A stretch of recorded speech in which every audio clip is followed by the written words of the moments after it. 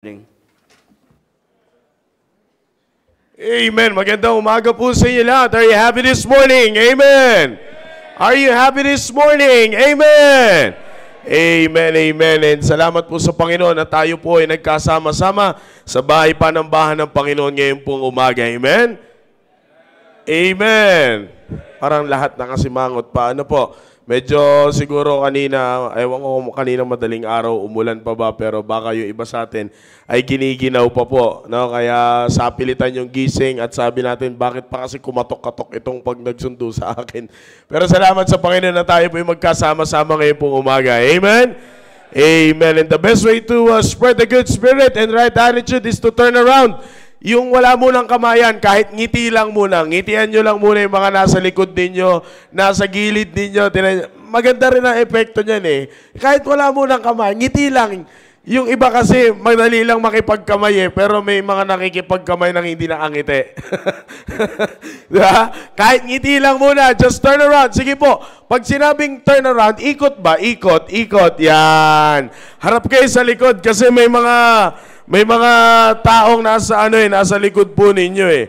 Oh, just turn around and talagang ipakita natin that there is joy in serving Jesus. Amen.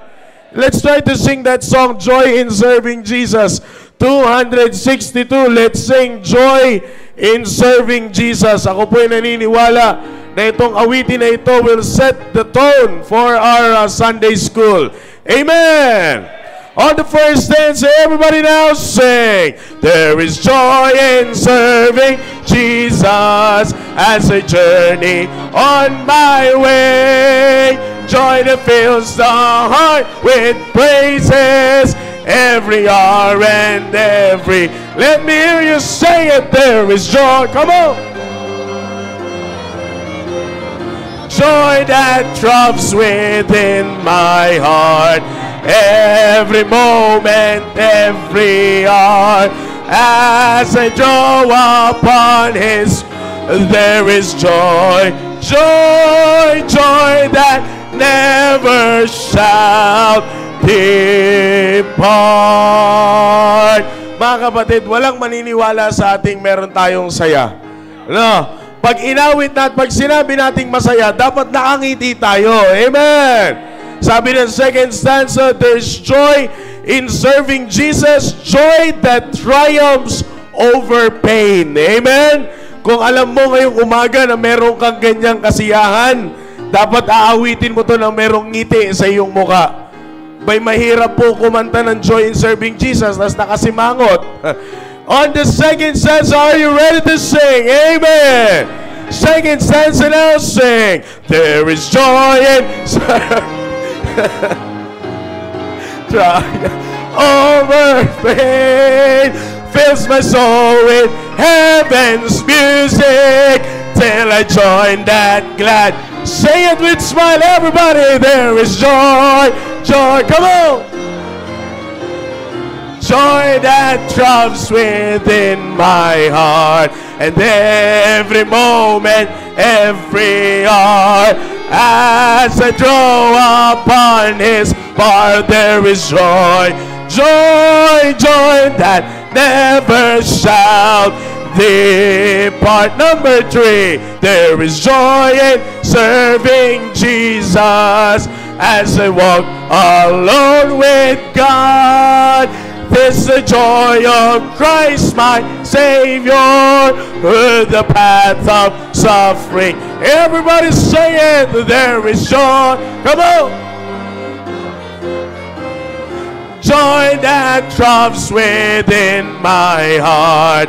Every moment, every hour, as I draw upon His bar, there is joy. Joy, joy that never shall depart. On the last now, there is joy in serving Jesus. Say it, joy amid the darkest. Everybody say it. And I'm walking in the light. There is joy, joy, joy in serving Jesus. joy that throbs within my heart. Come on! Every moment, every hour, as I draw upon His part, there is joy. Joy, joy that never shall depart. Amen, amen. At ako po'y naniniwala na ang bawat anak ng Diyos ay may kasiyahan sa paglilingkod sa Diyos. Amen? Amen. At tayo po ay tutuloy-tuloy na po sa ating pong Sunday School. Ngayon pong umaga po na ito. And alam naman po natin dahil sa araw po na ito, ito po ang unang linggo na hindi po natin kasama ang ating mahal na pastor. At ngayon ay alas 8 ng gabi na rin sa kanila. Ano po, at kahapon kausap ko ang ating mahal na pastor at salamat sa Panginoon at nagpapasalamat po siya sa lahat na nanalangin sa kanya pong safe flight at medyo nagkaroon lang ng konting problema sa kanyang sinasakyan na aeroplano nung siya ay papunta po doon, pero sa biyaya po ng Panginoon nakarating po ng maluwalhati ang ating pastor. Amen? Amen. Kaya po ngayong umaga ay kahit wala ang ating mahal na pastor, ay dapat masaya pa rin po tayo dahil yun ang kanyang bilin sa atin. Amen. Amen. Amen. Alright, if you have your Bibles, please turn with me your Bibles in the book of Psalms chapter 100. May hindi po tayo nakabukas na monitor dito sa side natin, yung south corner ata ito, please. Alright, Psalms chapter 100. Ngayon pong umaga po na ito, ay alam naman po natin that we are talking about all about the giving, no po, yung balik ng pagbibigay natin sa Panginoon.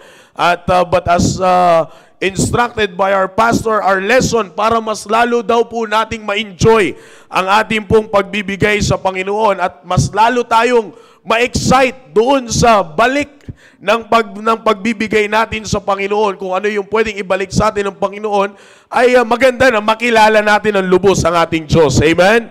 Kaya ngayon pong umaga, tayo po ay mag-uusap all about the attributes of God. Amen? Amen. So if you have your Bible, Psalms chapter 100 in verse number 5. Psalms chapter number 100 in verse number 5. Okay, sa mga may Bibles, you open your Bible. Sa mga bisita po natin na meron po kayong katabing may Bible, sharean po natin sila ng Bibles. At para naman po sa mga medyo hindi na kayang tumingin sa Bible, ay meron po tayo dyang verse na fina-flash sa ating pong screen so that you will have the verses, makakasunod po kayo sa verses na ating pong binabasa. Alright? Are you there? Amen! Psalms chapter 100, verse number 5, the Bible says, "For the Lord is good, His mercy is everlasting, and His truth endureth to all generations." Napakagandang pangako at napakagandang karakteristik ng ating Diyos. Amen? Tayo po ay saglit na manalangin. Dakila po naming Diyos, ang banal na makapangyarihan sa lahat. O Diyos, maraming salamat po sa panibagong buhay, sa panibagong kalakasan na inyo yung pinagkaloob po sa bawat isa po sa amin. Thank you, O God, for the new day na inyo pong ibinigay po sa amin. Thank you for waking us up. Salamat po, Panginoon, sa paggising niyo po sa amin at higit sa lahat, salamat sa pagdala niyo po sa amin ng ligtas dito po sa inyo pong bahay panambahan. At nawa, Panginoon, sa amin pong pagpunta po, Panginoon, sa inyong bahay panambahan, ma-accomplish po namin ang purpose kung bakit po kami nandito. At ang purpose, Panginoon, ay kami po ay makapakinig ng inyong pong salita upang makilala po namin kayo ng lubos at kami po ay aalis, Panginoon, ng inyong pong tahanan ng meron po kaming baon-baon, Panginoon, na kagandahan niyo po, Panginoon, sa aming pong buhay at dala-dala po namin ang inyong pong kadakilaan at katapatan. Maraming salamat po. Continue to bless our Sunday School at please forgive us from all of our sins. In Jesus' name we pray. Amen. Amen. Please be seated.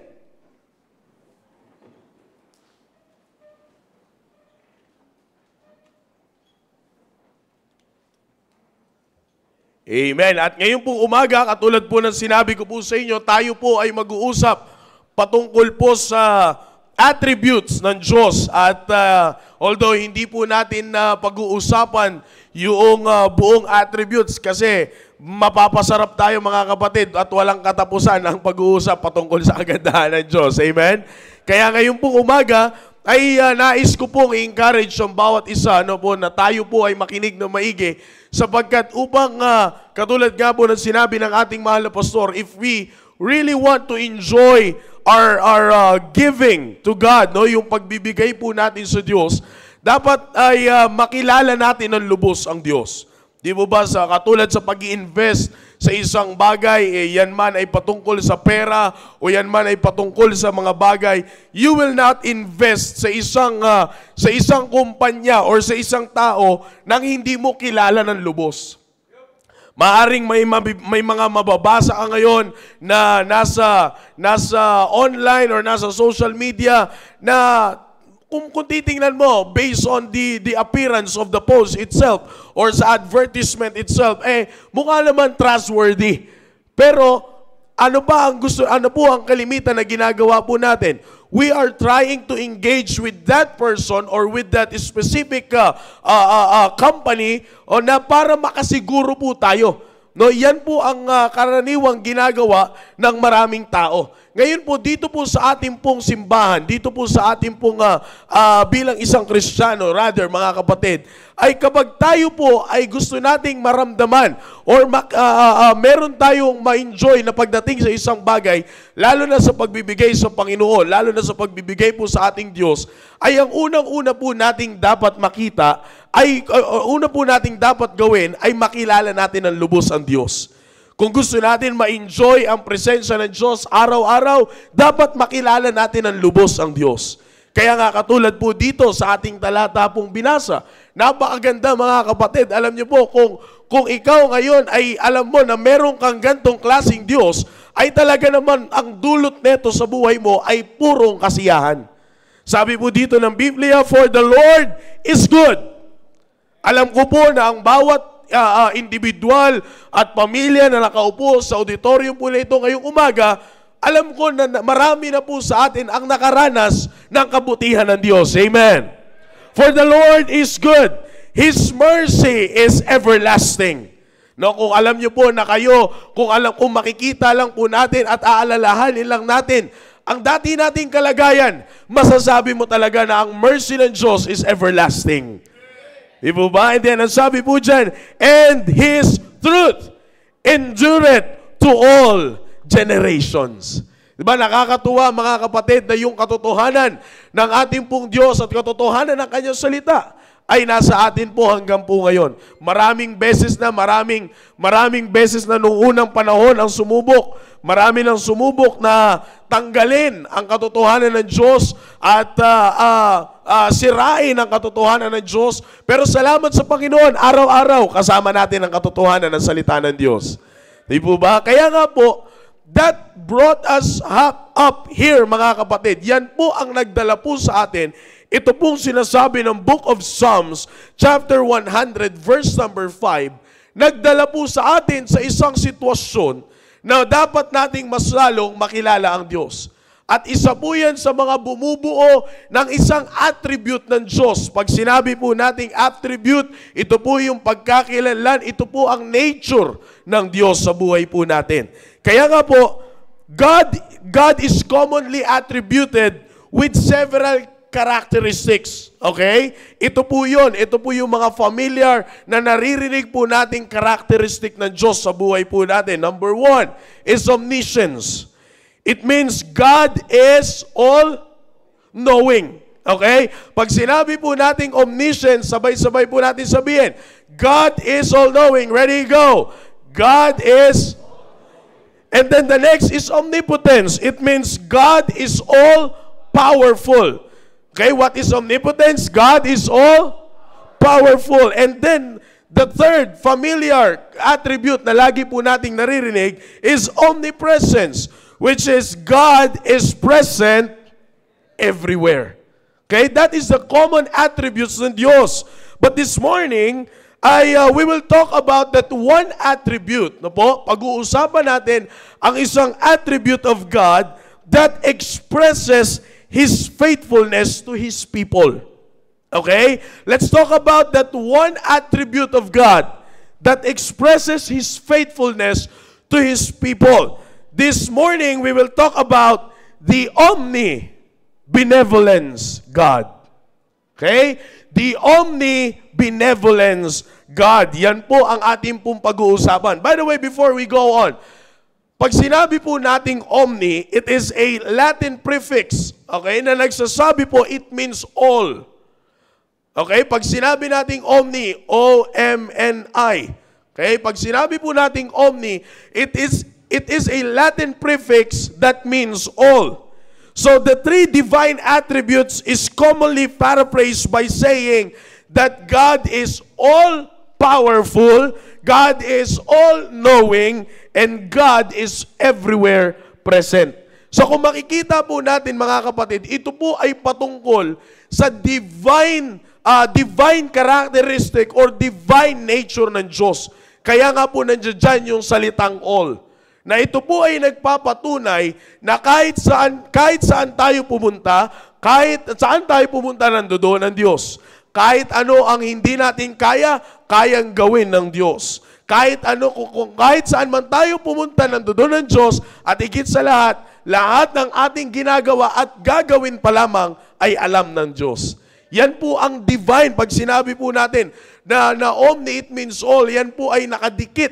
It is a divine characteristic that describes divine nature ng Diyos. Now, dahil po ang topic po natin is omni-benevolence God, now let's go to the word benevolent. Okay? Now, the word benevolent, it means well-meaning and kindly. Okay? Well-meaning and kindly. Now, when we say God is omni-benevolent, okay? Pag sinabi po natin ngayon, God is omni-benevolent, it means that God, are you ready? Amen? That God is all-loving, perfectly good, and indefinitely benevolent. Parang hindi po tayo masaya pagdating sa part po na yan. Amen. Kaya nga, ganun na lamang po ang sabi dito in the book of Psalms, na ang sabi po dito, for the Lord is good. His mercy is everlasting, and His truth endureth forever. Ito po ang nagsasabi, this describes the attribute of God, which is the omni-benevolent God. Alam niyo po, napakaganda po mga kapatid, pag sinabi nating omni-benevolent, ulitin ko po, pag sinabi po natin that we have an omni-benevolent God, it means that God is all-loving, perfectly good, and indefinitely benevolent. God's omnibenevolence is seen as a fundamental aspect of His nature. Ibig sabihin, mga kapatid, it implies that God's love is unconditional and extends to all of His creation. Sa madalit sabi, mga kapatid, ang pagkamabuti po ng ating Diyos ay itinuturing na isang pangunahing aspeto ng Kanyang kalikasan. Yung pagkamabuti po ng Diyos po sa buhay natin, yung araw-araw po nating nararanasang pagkamabuti ng Diyos, ito po ay pangunahing aspeto ng Kanyang kalikasan. Ibig sabihin, ang pag-ibig po ng Diyos ay walang pasubali na nakakarating sa Kanyang lahat ng nilikha.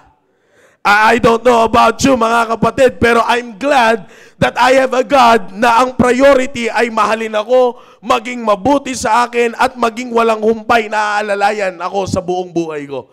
Diba? Napakaganda mga kapatid. Sabi ko nga po, if we really want to enjoy the presence of God, let's try to take a look on this attribute ng Diyos sa buhay po natin. Sapagkat yung nararanasan po natin sa araw-araw, na pagkamabuti ng Diyos, it's because we have an omnibenevolent God. Kaya nga ang sabi po dito, His mercy is everlasting. His truth endureth to all generations. Bakit po endureth to all generations? Because the benevolence of God is everlasting. Yung pagiging mabuti po ng Diyos, mga kapatid, ay hindi po yan nasasaklaw ng tao. Hindi po yan nasasaklaw ng mga pangyayari sa buhay po natin. Kaya nga po hanggang ngayon ay nararanasan pa rin natin yung pagmamahal ng Diyos. Hanggang ngayon ay nararanasan pa rin natin yung kabutihan ng Diyos. Hindi po ba? Minsan nagtataka tayo, di ba? May mga tao po tayo maririnig na pag sa mga soul winners, di ba? Sa mga nag-area po diyan, sa mga nag-i-involve sa ating area activities. Di ba minsan makaka-encounter tayo na pag nagbigay tayo ng tracts and when we try to share them the gospel, minsan sinasabi nila, ay, hindi na sa akin tatalab yan. Brad, sis, ako ako na yung pinakamasamang tao. Di ba? Minsan may mga nagsasalita po na ganyan. Pero di ba, maaaring yung iba sa atin ay nagkaroon na rin tayo ng kawalan ng pag-asa na mabago ang ating buhay. Pero mga kapatid, wag na po kayong magtaka kung nakaupo kayo ngayon dito sa loob ng simbahan. Wag na po tayong magtaka kung yung sabi mo wala nang kaayusan na pamilya ay ngayon ay magkakasama-sama kayong naglilingkod sa Panginoon. It's because we have an omnibenevolent God. Yung katotohanan, His mercy is everlasting. His truth endureth to all generations. It's because of His indefinite benevolence. Yung pagiging mabuti po sa atin ng Diyos ay wala po yang kapantay at kahit kailanman ay hindi po yan mapuputol. Now, dito po sa attribute ng Diyos po na ito, the omnibenevolence God, okay? Yung pagiging omnibenevolent ng Diyos sa buhay po natin, ano po ang mga nakapaloob sa bagay, sa attributes po na ito? Okay? Number 1 is all-loving.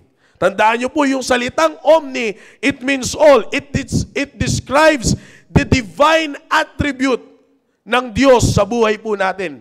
Okay? Now, dito po sa omnibenevolent, sa attribute po ng Diyos na omnibenevolent, isa po sa mga nakapaloob po dyan is the all-loving God. Okay? Now, the omnibenevolence signifies that God's love is perfect and boundless, encompassing all beings and things. Meaning, mga kapatid, wala po tayong maipapantay sa kanyang pagmamahal sa atin. I don't know, mga kapatid, kung meron po tayong naiisip na pwedeng ipantay sa pagmamahal ng Diyos po sa atin. Now, if you have your Bibles, turn with me your Bibles in the book of Romans. Romans chapter number 8. Romans chapter number 8. Basahin po natin in verse number 35. Magsimula po tayo sa verse number 35. Isa sa mga makikita po natin sa attribute ng Diyos na omnibenevolent is the all-loving God. Okay? Na ibig sabihin, yung kanya pong pagiging omnibenevolent God, it signifies that God's love is perfect and boundless, encompassing all beings and things. Kaya nga, dito sa ibabaw ng lupa na ito, wala tayong masasabi na, itong bagay na ito, kapantay lang na ito ang pagmamahal ng Diyos. Itong isang material na bagay na ito, I think pwede ko na itong ipalit. Okay? Sa pagmamahal ng Diyos. Itong tao na ito, young people, no? Meron pa kayo minsan na, simula nung dumating ka sa buhay ko, lahat ay nalampasan mo. Ang galing, ang sweet. Di ba? Minsan may mga ganyan salita, pero nais ko pong sabihin sa inyo that God's love is perfect and boundless, encompassing beings, all beings and things. Kaya nga sabi po dito, in Romans chapter number 8, in verse number 35, the Bible says, who shall separate us from the love of God, from the love of Christ? Shall tribulation, or distress, or persecution, or famine, or nakedness, or peril, or sword? As it is written, for thy sake we are killed all the day long. We are accounted as sheep for the slaughter. Nay, in all these things we are more than conquerors through him that love us. Verse number 38, for I am persuaded not neither death, nor life, nor angels, nor principalities, nor powers, nor things present, nor things to come, nor height, nor depth, nor any other creature shall be able to, what's the word? Separate us from the love of God, which is in Christ Jesus our Lord. Ito po ay isa sa mga nagpapatunay that we have an omnibenevolent God. Because our God is a all-loving God na walang makakapantay. Sabi nga po ng binasa natin, kahit ano pang klaseng bagay yan, hindi niya kayang tanggalin, hindi niya tayo kayang tanggalin sa pagmamahal ng Diyos. Amen. Kaya nga mga kapatid, yan po ang tatandaan po natin. Aren't you glad this morning na gumising ka na alam mong meron sa iyong nagmamahal na isang persona na kahit ano pang mangyari sa atin ay hindi kayang mapapantayan ng mga bagay ang pagmamahal ng ating Diyos. Kaya nga, ang mahirap na sa ibabaw ng lupa po na ito, all are basing their love on material things. All are basing their love on human beings. Pag nakita nila yung itsura ng isang tao na hindi kamahal-mahal, hindi na nila mamahalin. Pag nakita nila na, ito lang pala yung kaya mong ibigay sa akin, hindi na nila mamahalin. Pag nakita nila na pagdating sa pinansyal na bagay, medyo kapos itong tao na ito, hindi na nila mamahalin. Pero salamat sa Panginoon, noong tayo po ay nasa sitwasyon na hindi tayo kaibig-ibig, tayo ay inibig ng Diyos. It's because we have an omnibenevolent God.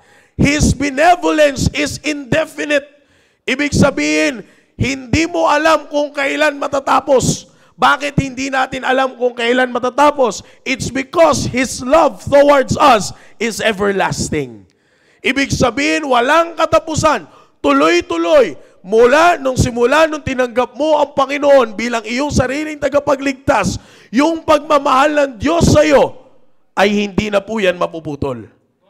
Yan po ang tatandaan po natin. Now, isa sa mga bagay na nakapaloob sa omnibenevolence ng Diyos ay walang iba kundi ang all-loving. Now, secondly is perfectly good. Okay? Perfectly good. Now, it means God's nature. Okay? God's nature is inherently good. Ibig sabihin, mga kapatid, likas. Yung pagiging mabuti ng Diyos ay likas. Tayo po ba'y naniniwala doon? Amen. Kaya nga lahat tayo ay nakakatanggap ng mga biyaya sa Panginoon. It's because His goodness ay likas sa kanyang nature. Alright? Inherently good, and everything He does is aligned with ultimate goodness and righteousness. Okay? Na ibig sabihin, mga kapatid, yung kabutihan po ng Diyos ay naka-align sa Kanya pong righteousness. Kaya nga, tayo bilang isang tao, hindi tayo likas na mabuti. Kaya po tayo naging mabuti, it's because of the righteousness of God. It's because of the righteousness of the Lord Jesus Christ that was imputed to us. Kaya ngayon nakakagawa na tayo ng mabuti. Pero mga kapatid, ang ating pong Diyos, our omnibenevolent God, ay likas na mabuti po sa atin.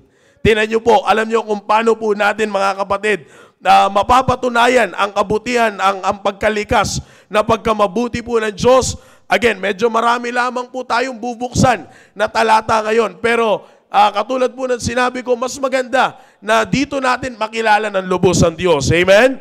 1 John chapter number 4. 1 John chapter number 4.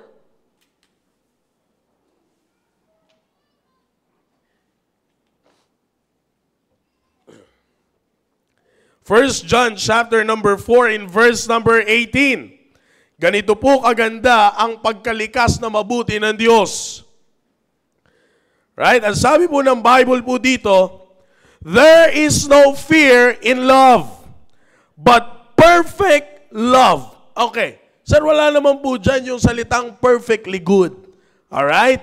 Now, kung bakit wala po dyan yung salitang perfectly good, sapagkat yung likas na pagkamabuti ng Diyos, it always manifests with the love of God. Yung pagkamabuti ng Diyos ay kaya nga po kung mapapansin nyo po, pag Wednesday, di ba, lagi ko pong sinasabi sa inyo na yung pagtitestimony natin dito sa harap, yung pag-share natin ng blessing na natanggap natin mula sa Diyos ay hindi lang dapat nasasaklaw sa mga material na natatanggap natin. Sapagkat hindi lang po doon napuputol or hindi lang po yun ang nasasaklaw ng likas na kabutihan ng Diyos. Kung gusto po talaga natin ma-experience ang likas na kabutihan ng Diyos, yung perfectly goodness ng Diyos, kaya nga sabi po dito, sabi ko po sa inyo kanina, yung nature, it means God's nature is inherently good and everything He does is aligned with His ultimate goodness and righteousness. Now, kaya nga po, yung likas na kabutihan ng Diyos sa buhay po natin is always bound with His love. Kaya nga dito sa 1 John chapter 4 verse number 18, the Bible says, there is no fear in love, but perfect love casteth out fear. Because fear hath torment, he that feareth is not made perfect in love. Kaya nga nung tayo po ay nasa Diyos na, kung tayo po ay nasa Diyos na mga kapatid, wala na po dapat tayong pagkatakot dahil tayo po ay balot na ng kabutihan at katuwiran ng Diyos. Di ba? Kaya nga, di ba, minsan, may mga bagay na tayo po ay meron po tayong mga kinakatakutang bagay. It's because with our nature, bilang isang tao, alam natin na hindi natin kayang gawin ang isang bagay. Alam natin na maaaring sa paggawa natin ng bagay na ito, ay maaaring pong meron itong maidulot sa atin na hindi po maganda. But since we are now in the presence of God, tayo po ngayon ay balot na ng kabutihan at katuwiran ng Diyos. Kaya nga dahil sa likas na kabutihan po ng Diyos, lumabas po sa atin yung perfect love. Now which is yung perfect love na nanggaling po sa ating pong Diyos, it casted out fear. Kaya nga dapat hindi na tayo ngayon mapapangunahan ng takot, kundi dapat bilang isang anak ng Diyos, tayo ngayon ay mapapangunahan na ng likas na kabutihan ng ating pong Diyos. At yan, nais ko pong sabihin sa inyo mga kapatid, yung likas na kabutihan po ng ating pong Diyos, yan po ay nagmamanifest sa Kanya pong pagmamahal sa atin na which is araw-araw po nating nararanasan. Okay? Yan po ang isa pa sa pangalawa na nandiyan dyan sa omnibenevolence ng Diyos. Una is all-loving. The second one is perfectly good. Now the third is indefinitely benevolent. The indefinite benevolence of God. Now, this emphasizes, maganda po ito, this emphasizes God's desire to do good and promote happiness for all of His creation. Now, maraming nagsasabi, naalala ko po, way back, ito pinag-usapan namin ito ng second year noong nakaraan, sa aming klase. Maraming nagsasabi kasi sabi ko nga the indefinite benevolence of God. Okay? Na ine-emphasize po nito yung desire ng Diyos na gumawa ng mabuti at ma-promote ang kasiyahan sa lahat ng kanyang nilikha. Kaya nga maraming nagtataka, kung yan ay hangarin ng Diyos, bakit naglagay pa daw ang Diyos ng isang puno sa Garden of Eden na siyang magre-resulta na ang tao ay magkasala? Ang gandang tanong naman na po, no? Pero ang hindi po natin doon nakikita, yung pagmamahal ng Diyos sa tao na nagbigay sa unang-una ng warning na huwag niyong itatouch yan. Yes, nandiyan yan. Pero sabi ng Panginoon, huwag niyong itatouch or huwag niyong gagalawin ang isang puno na nasa gitna ng parang, the tree of knowledge of good and evil. Huwag niyong gagalawin yan. Minsan ang nakikita na lang ng tao ngayon, yung parang gusto na nilang masabi na nagkasala ang Diyos. Kapatid, never na mangyayari po yan because the benevolence of God is indefinite. Yung pagiging mabuti ng Diyos sa buhay po natin ay wala po yang katapusan. Kaya nga sabi po dyan, this emphasizes that the desire of God is to do good and to promote happiness for all creation. Paano po natin nasabi na ang hangarin ng Diyos ay ma-promote ang kasiyahan? Romans chapter number 5. Bukas po tayo ulit ng Bible. Ang maganda lang po dito, hindi tayo aantukin. Amen. Romans chapter number 5.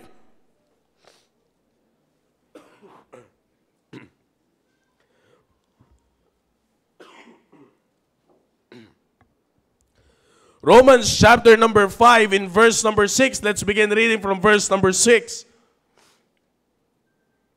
Sabi po dito ng Bible, for when we were yet without strength, in due time, Christ died for the ungodly.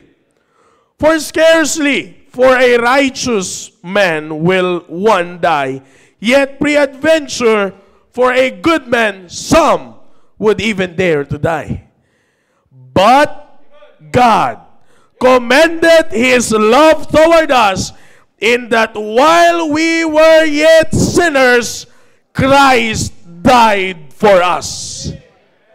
Paano po natin masasabi na pinupromote ng Diyos at ang tanging hangarin ng Diyos ay kasiyahan sa lahat ng Kanyang nilikha? Kapatid, if God did not love us, tayo po ay mabubuhay sa kalungkutan. Bakit po? Dahil walang kasiyahan na ikaw ay mamuhay sa kasalanan. Maaring yung iba makikita natin nag-i-enjoy sa kanilang kasalanan. Nag-i-enjoy na mumuhay ng karangyaan ng buhay na ito. Pero nais ko pong sabihin sa inyo, kaya nga sabi po ng Book of Proverbs, be not thou envious against evil men, neither desire to be with them. Bakit po? Dahil walang kasiyahan sa kasalanan. And brethren, if you can remember, okay, if you can remember mga kapatid, tayo po, bago tayo nakakilala sa Diyos, tayo po ay namumuhay sa kasalanan. At I know that some of you, lubos kayong nagpapasalamat na nakilala nyo ang Diyos sapagkat ang buong pamilya nyo ngayon ay masaya na. Hindi po ba familiar para sa mga pamilya? Di ba? Nung una kaya nga ganun na lang yung panalangin natin na buong pamilya natin ay makakilala sa Diyos. Bakit? Dahil alam ng isang nanay ang kalungkutan kapag meron kang isang tatay na hindi nakakakilala sa Diyos. Alam ng isang tatay na meron na ganun ang klase ang kalungkutan kapag merong isang nanay na hindi nakakakilala sa Diyos. Alam ng isang magulang, okay, ang kalungkutan kapag may mga anak ka na walang kainte-interes pagdating sa Diyos. Pero mga kapatid, ngayon masaya ang isang pamilya. Bakit? Nandoon ang kasiyahan dahil lahat ng miyembro ng pamilya ay merong kinikilalang Diyos. Kaya nga ang sabi po dito ng Bible, tayo po mga kapatid, this verse shows that in the sight of God, it doesn't matter what kind of condition we are in, because all He wants is for us to enjoy the life that He gave to us. Hindi na importante sa Diyos kung sino tayo. Hindi na importante sa Diyos kung ano ang itsura mo. Hindi na importante sa Diyos kung ano ang background mo bilang isang tao. Ang gusto mangyari ng Diyos, binigyan ka niya ng buhay, nilikha ka niya, ang gusto mangyari ng Diyos, ma-enjoy mo yan. At para ma-enjoy mo yan, sa panahon na hindi ka kaibig-ibig, Diyos ang umibig po sa atin. Kaya sa panahon na hindi tayo kaibig-ibig, Diyos pa din mga kapatid ang gumawa ng mabuti para po sa atin. Diyos pa rin ang gumawa. Kaya nga po sabi ko nga po sa inyo, His benevolence is indefinite. Walang katapusan, hindi mo alam kung kailan magtatapos sapagkat ang pag-ibig ng Diyos ay walang katapusan. Now, the unconditional love. The fourth one is the unconditional love. Now, It means that God's love is not dependent on human action or worthiness because it is a free gift. The unconditional love. Alam na alam po natin ito. John chapter number 3 in verse number 16. Let's turn our Bibles, brethren. John chapter number 3 in verse number 16. The Bible says, "For God so loved the world that He gave His only begotten Son, that whosoever believeth in Him should not perish, but have everlasting life." This is the perfect picture of God's unconditional love. Lagi po nating tandaan, mga kapatid, na tayo bilang isang tao, tayo ang gumawa ng dahilan para tayo po ay mapalayo sa Diyos. Pero salamat sa Diyos, siya ang gumawa ng paraan para muli tayong mapalapit sa Kanya. Minsan kung titingnan natin, mga kapatid, it happened, remember? It happened way back in the days of Noah. Nung nakita na ng Diyos na talamak na ang kasamaan sa ibabaw ng lupa na ito at hindi na naaayon sa Kanyang pagkalikha sa mundo na ito, sinira ng Diyos ang mundo by giving this world a great flood. Pero salamat sa Panginoon na merong isang tao na nakitaan niya ng maayos. A preacher of righteousness in the name of Noah. Na kung saan mula doon, nakita ng Diyos na meron pang isang tao na gumagawa ng mabuti. Kaya nga muling nangako ang Diyos by giving us in the picture of rainbow. Kaya wag tayong magpapaniwala sa ibang imahe ng rainbow na lumalabas ngayon. Kasi ang picture ng rainbow, simbolo yan ng pangako ng Diyos. Na kahit kailanman, hindi niya na ulit sisirain ang sangkatauhan. Bagkos kaya nga po nung tayo ay gumawa ng dahilan, hindi doon naputol ang pagmamahal ng Diyos because God's love is unconditional. It's because of His benevolence, He gave us His only begotten Son. Kaya ngayon mga kapatid, ini-enjoy natin ang isang buhay na kung saan walang makakapantay. It's because of God's unconditional love. Now lastly na makikita po natin sa attribute na omnibenevolence ng Diyos is the expression of His love. The expression of His love. It means this emphasizes God's love in action. God's love in action. Romans chapter 5, nabasa na po natin kanina in verse number 8. This verse highlights God's love even for those who are not yet following Him. Napakaganda po, ano? Kahit dun sa isang tao na nagsasabi na hindi ko kilala ang Diyos, wala akong pakialam sa Diyos. Meron kayo maririnig po na ganyan. May mga taong malalakas ang loob na magsabi po ng ganyan. Ano po? Masasabihin na wala akong pakialam sa Diyos. May pera ako. Sikat ako. Hindi ko na kailangan kilalanin ng Diyos. Kaya nga mapapansin nyo, may mga sikat na atleta na ang tawag nila sa Diyos, the man above. Yan ang tawag lang nila. That's how they describe God. I thank the man above. Ganun lang nila i-describe ang Diyos. I know that there is a person above. That's why I thank Him. I thank the man above. Tapos bilib na bilib tayo, bilib na bilib ang mga young people natin. Diba? Doon sa mga ganong klaseng tao. Pero nais ko mong sabihin sa inyo, na kahit may mga ganong klaseng tao na hindi naniniwala sa Kanya, in that while we were yet sinners, Christ died for us. In that while we were yet sinners, wala ka nang maipapantay sa ganong klaseng nature ng tao. Pag sinabi mo yung tao na yan, hindi ka ibig-ibig, minsan nakabase lang tayo sa itsura, nakabase lang tayo sa postura, nakabase lang tayo sa material na bagay. Pero mga kapatid, sa nature ng Diyos, inibig tayo ng Diyos sa isang estado ng buhay natin na wala kang makikitang kaperpektuhan. That's how God's love is in action. Kaya nga po mga kapatid, dito po natin makikita na ang pagmamahal ng Diyos is always in action. Dahil sa kahit sa isang tao na hindi pa siya nakikilala, patuloy pa rin na kumikilos ang kanyang pagmamahal. Now, what's the lesson dito mga kapatid sa atin bilang isang Kristiyano? We as Christians, let us always have that intimacy of loving our God because God never failed to love us. That's the lesson. Dito po sa attributes po ng Diyos po na ito. The omnibenevolence of God.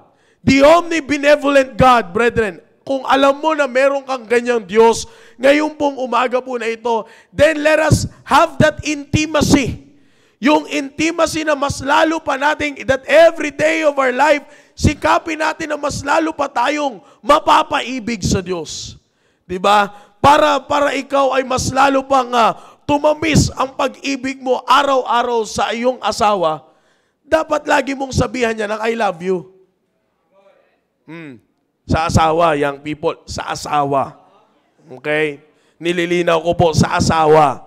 Okay? O, lagi mong kausapin dyan. Di ba sabi nga natin, communication is the best thing para ikaw ay magkaroon ng maayos na relasyon sa iyong asawa ulit.